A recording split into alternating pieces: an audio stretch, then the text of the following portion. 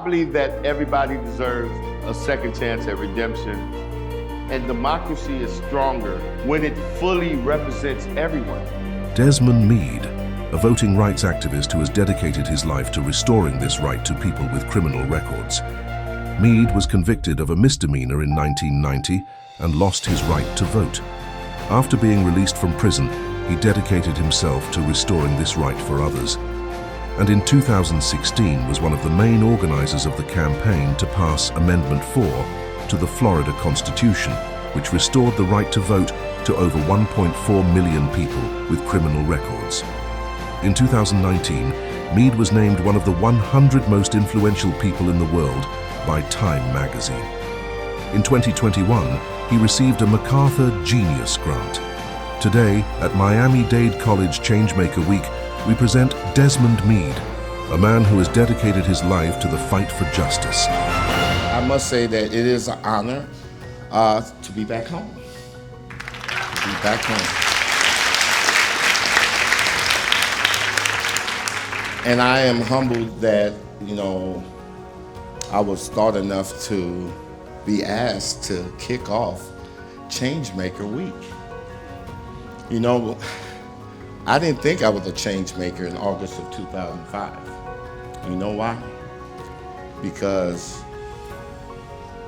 August of 2005, I was actually standing in front of railroad tracks on a hot and humid August day, waiting on a train to come so I can jump in front of it. That day, I stood there. I was a broken man. I was at the lowest of my life. I didn't see any light at the end of the tunnel. I was homeless.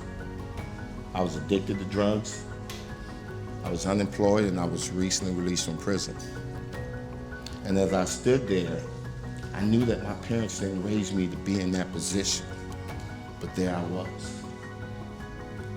And the main thing that was going through my head at the time was how much pain I was going to feel when that train ran into my body. Whether I was going to die instantly or I had to go through moments of agonizing pain. And let me tell you, I'm a big guy, but I'm still a wimp. I'm scared of needles. I don't like pain. But even the thought of the pain that I may have had to endure as that train crushed my body was not enough to make me move. And so I stood there and I waited. Felt like I was a disappointment to my family. I thought I was a disappointment to my friends, and I thought that I had nothing to offer this world.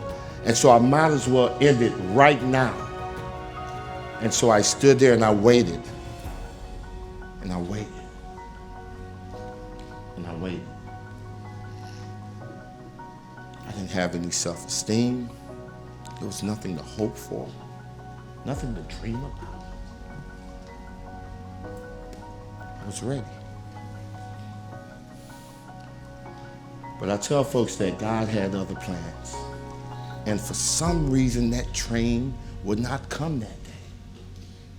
And I look back and wonder about that even today, because those tracks that I stood in front of was the tracks that led to the port of Miami, which is the busiest port on the East Coast. And there was always trains running past like every 10, 15 minutes. But that day, while I was there, none came. And so I crossed those tracks and I walked a couple blocks further and I checked myself into a substance abuse treatment facility. And after being there for about 4 months, I actually moved back into a homeless shelter. Notice I said back into, because it wasn't my first time being in a homeless shelter, nor was it my first time having to go through drug treatment. But I moved back in there, and while there, I thought about my situation, and my initial motivation was that, man, I didn't want to get high anymore. I didn't want to experience a relapse. I didn't want to pick up another drug anymore, because I felt that if I did, and I came across some railroad tracks again, this time I wouldn't be so lucky. And so the thing that came to my mind was that my mother always told me about the power of education. And so I figured, well, maybe if I can get an education, maybe that would raise my self-esteem enough to where I wouldn't think I had to use drugs, or I wouldn't end up in front of railroad tracks again. And so I enrolled in Miami-Dade College, a college that I used to go by all the time as a homeless person, as an addict, thinking that I would never, ever have an opportunity to experience what those people were experiencing in those walls on that campus. And I took a shot and then I enrolled, and to my surprise, I was able to start attending classes. And eventually I enrolled into a paralegal program, and I ended up graduating with highest honors. I think I was an honor grad that year. And then I was encouraged by my professors to continue my education, so I pursued a bachelor's degree in public safety management with a concentration in criminal justice. And I picked that because I figured, since I had a lot of experience getting arrested and a lot of experience being incarcerated, that somehow or another, that experience would actually help me be successful in class. And that's why Professor Carlo said I got an A. She was a tough professor. But I knew a thing or two about the criminal justice system because I was so intimately involved in it. And I ended up graduating with my bachelor's with highest honors, and eventually got accepted into law school. And in May of 2014, I graduated from Florida International University College of Law with a Juris Doctorate degree.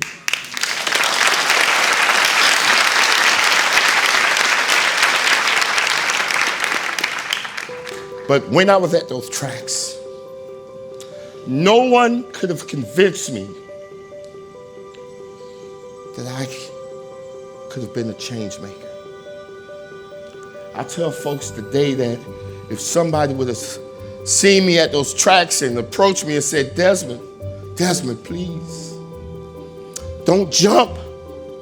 Don't jump, my brother, because in a few years you're gonna go to school and you're gonna end up, graduating from law school, and you're gonna end up, sitting on boards with mayors and commissioners and governors, and you're gonna be counting as your friend judges, and the same people that used to try to prosecute you are not gonna be friends.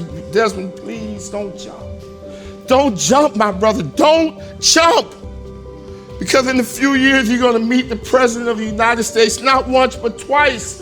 You're gonna lead an organization that's gonna do amazing things and liberate over 1.4 million people with felony convictions. Please don't jump. Somebody would approach me and said, Desmond, don't jump, because in a few years, you're gonna be named one of the 100 most influential people, not in the country, but in the entire world. My brother, don't jump. Don't jump. If somebody would have told me, please, Desmond, don't jump in front of that train because you're going to be named one of the MacArthur genius. If they would have came and told me, Desmond, don't jump because that organization that you're going to start is going to be the first organization led by people with a prior felony conviction who is going to be nominated for the Nobel Peace Prize. Don't jump, my brother. Don't jump. Don't jump. Because you're going to be a change maker. If somebody would have told me that, I probably would have put them in a headlock and demanded that they take me to where they got that good dope they smoking. Because there's no way that you could have convinced me when I stood there at those tracks that in a matter of years that my life would be transformed from a homeless drug addict, a homeless crack addict with a record a mile long and nothing to live for, could become a change maker.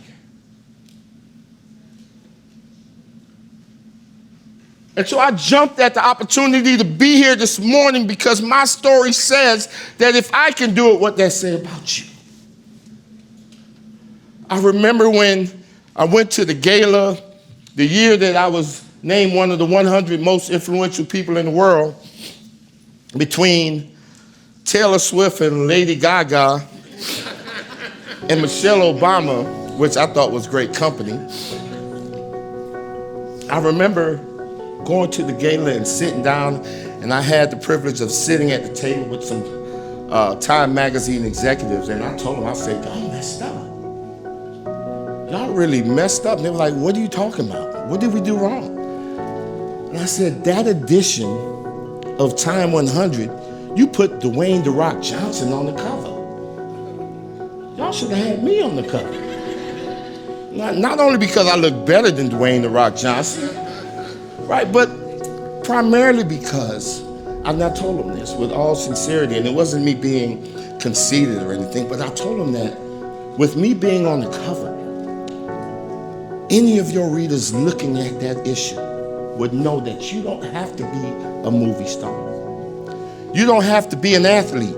You don't have to be a millionaire. You don't even have to be a politician to become an influential person in the world. That if that guy on the cover, Desmond Meade, who was once homeless, who was once addicted to crack, who was once in and out of prisons and jails, if that guy there can be one of the 100 most influential people in the world, then that means that I can also do it. And so each and every one of you in this auditorium, and each and every one of you that's listening to me through live stream, you ask yourself, if that guy can do it, what does that say about me? Each and every one of you all have an opportunity to be a change maker. Each and every one of you have an opportunity to be one of the 100 most influential people in the world. Each and every one of you have an opportunity to not only transform yourselves or the lives of your family and friends and your community, but you have the potential, the ability to transform not only a community or a state or a country, but each and every one of you have the ability and the potential to transform the world. As you're sitting in your seats, as you're watching this feed, I can tell you with all degree of certainty that no matter what situation you're facing today, right now, no matter what situation you may face in your future, there is nothing that you cannot overcome. There is no challenge that you cannot overcome. There is no obstacle that you cannot turn into an opportunity to do amazing things, to have an impact in other people's lives. You know, one of the stories I like to tell is about a good friend of mine, Frank, whose son was murdered many years ago, and I remember attending his funeral, and it was a Jewish funeral. And I remember the rabbi was talking about how there are two major bodies of water in the Middle East, the Dead Sea and the Sea of Galilee. And how the Dead Sea was exactly that. It was dead, it was void of life, while the Sea of Galilee was a very vibrant body of water, full of life. Right? And you would go there and you would fish and you would jet ski and do all kinds of fun things. And he talked about these two bodies of water and said that both of these bodies of water receive their nutrients from the same source, receive their blessings from the same source. And his question to us was, how could it be that these two bodies of water that receive their nutrients from the same source be so drastically different? How could it be that these bodies of water that receive their blessings from up high be so drastically different, that one is vibrant and full of life and the other one is dead and void of life? And the answer was very simple. You see, the Dead Sea was self-enclosed. So everything it received, it held on to a point where it became oversaturated and it killed itself from within. while the Sea of Galilee had tributaries. And so whatever nutrients or blessings it received, it passed some of them on to what? To others, which created a natural filtration system. Those of you all who ever had fish tanks would know. And when he said that, I thought about how that was so indicative of life in itself. How you could see people that seemingly have everything. The nice cars, the nice clothes, seem to be wealthy, but deep down inside, they're void of love and happiness. And they're a pain to be around. While it could be someone else that may seem like they don't have anything, that maybe have to catch the bus, may not have the fancy clothes, but they have such a beautiful, loving spirit that it is it's pleasant to be around them. And I understood that story to mean that my life becomes worthy and worthwhile. My life becomes a thriving and prosperous life when I take whatever it is that I get and I pass it on to others. You see, I realized that my situation at those tracks gave me an opportunity to take something that was negative and turn it into something that was positive. You see, because I thought about taking that pain and that frustration and that low self-esteem and all those things that led me to those railroad tracks to want to kill myself, taking those very same things and using it in such a way to impact someone else's life so they don't have to go to those railroad tracks. That they would know that in spite of what they're facing, that there's a better tomorrow. If I could somehow or another package all that and use it to help others, then that experience no longer becomes negative. And now we're engaging in a practice that creates a better world for everyone. Just that simple. Just that simple. I don't have any magic pill. I don't have any other explanation for how I can go from there to here other than giving back. Other than learning what love really is and understanding that the world becomes a better place not when I think about what I can get out of it, but when I try to figure out what can I give to it. How can I pass my blessings on to someone else? I remember being in treatment center, not thinking that, man, God, please give me the great job. God, please make it so one day I can go to Miami-Dade and come back one day as a changemaker. God, give me a beautiful and loving wife and a beautiful family and a great job. I didn't pray for any of that. The only thing I prayed for was to be able to have the strength and the stamina and the perseverance to do his work, and his work was very simple, giving back. And it was in giving back. I didn't pray to be a change maker. I just prayed to do his work. But doing his work made me that.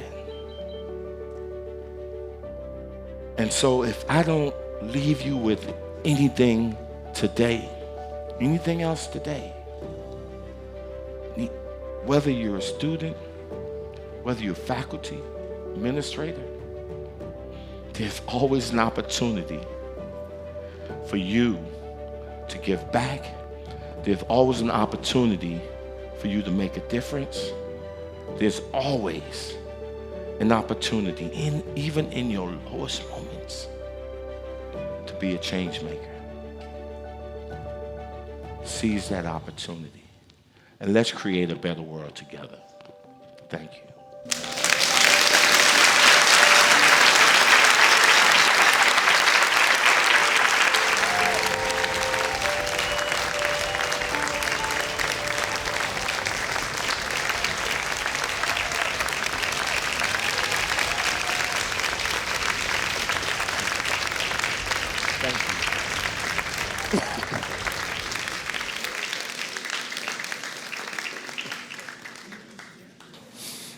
Hi, first I wanted to say I really appreciate your story. It resonated with me and we have a lot of things in common.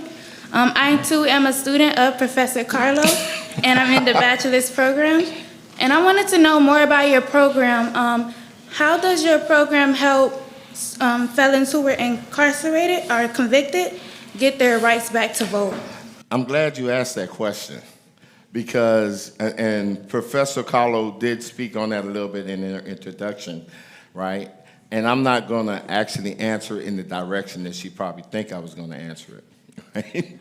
So,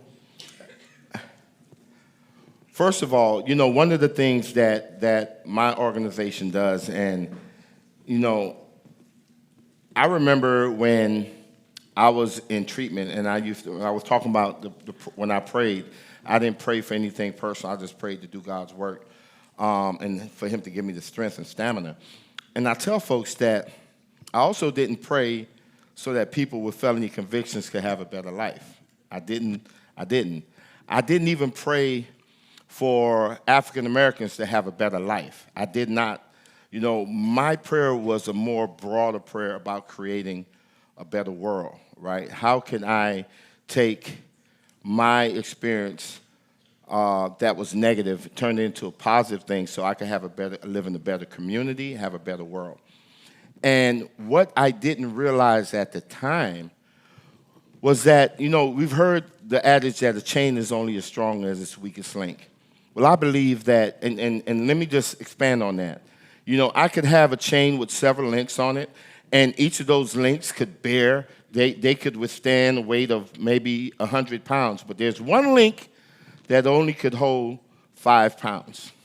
And they're in the chain like your necklace, right? I could only put 5 pounds worth of weight on that necklace before it pops. No matter how strong the other links are, no matter if they could hold 200 pounds, that chain is only going to be able to hold what? 5 pounds. And so if I want my chain to become stronger, if I want to be able to carry more weight on my chain, then the one thing that I have to do is what? Strengthen that link that could only hold 5 pounds. And so I believe that that's true in our society. That if we want our society, our community, our country, our state to be a better place, then it is imperative that we strengthen those people within our community that has been most weakened by various systems, whether it's systems of oppression, systems of racism, right, systems of mass incarceration, whether it's a narrative, right, people that have been weakened by a narrative that says that some lives are just better than others, right? And so we have to strengthen those within our community that has been most weakened. And it is my opinion that those group of people happen to be people who've been impacted by the criminal justice system. And so because I want a better world, so people ask me, you know, Samantha Carlo would say, hey, Desmond is fighting for people with felony convictions. No, I am fighting for each and every one of you. When I was on my knees praying to create a better community, I was praying for each and every one of you in this room right now, even though I didn't know you. And you're like, how could that be? Because as a person that's been in the depths of hell and have emerged from that, I have a deeper understanding and appreciation for our humanity. For our humanity. And so that's what I'm fighting for more than anything. And so if we can, but I know that if we could change, you see, this is one of the ultimate goals. If I can get the world to love a person who is convicted of a felony offense, then that means that that's a world that's capable of loving anyone, right?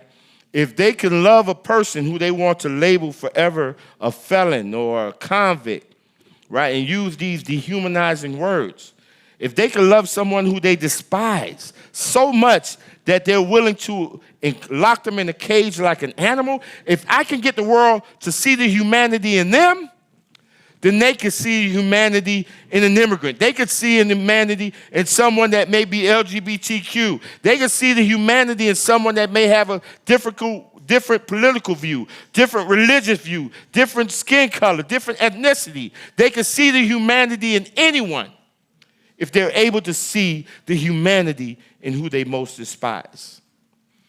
And so one of the ways that we start to move towards that progress is getting people to see humanity in people with felony convictions enough to say that they should have a voice, that they should be able to vote. And thankfully in Florida, the majority of over 65% of Florida voters believed in that view.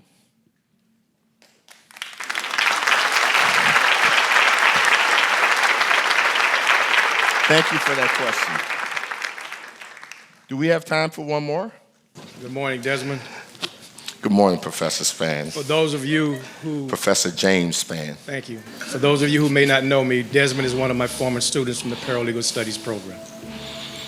And I don't have a question, but I have to acknowledge something that you did, Changemaker, in the life of one of my family members. You know where I'm going with this. Several years ago, my nephew, my youngest nephew, had been in and out of jail and in and out of federal prison. And our conversation basically went one way. Uncle James, my life is over. My life is over. I'll never be worth anything. I can't vote. I can't even get a job. So one day at a Home Depot, when he was working with me, I thought about Desmond. Don't ask me how. I don't know how.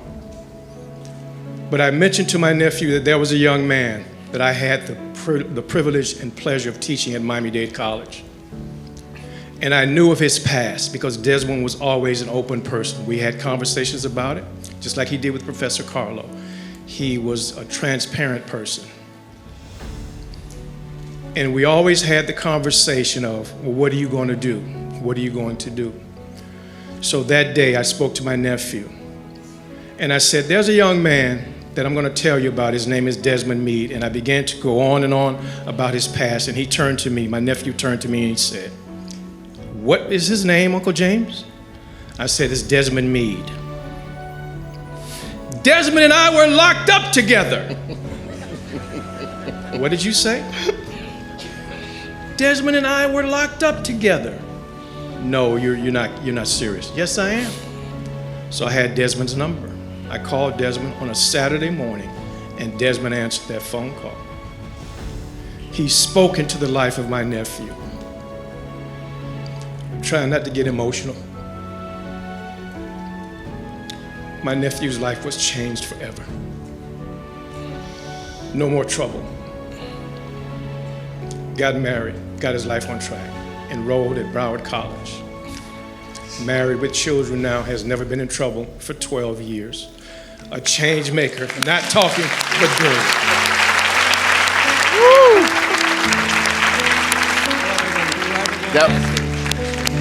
That was a drop the mic moment right there, so I'm going to exit stage left on that one. Thank you so much, Professor Spann. And that's what each and every one of you all have the ability to do, and it goes beyond just one person. But I could tell you this, whatever pain and suffering and obstacles you have to overcome, if it's used just to change the life of one person, all of that pain and suffering became worthwhile. Thank you.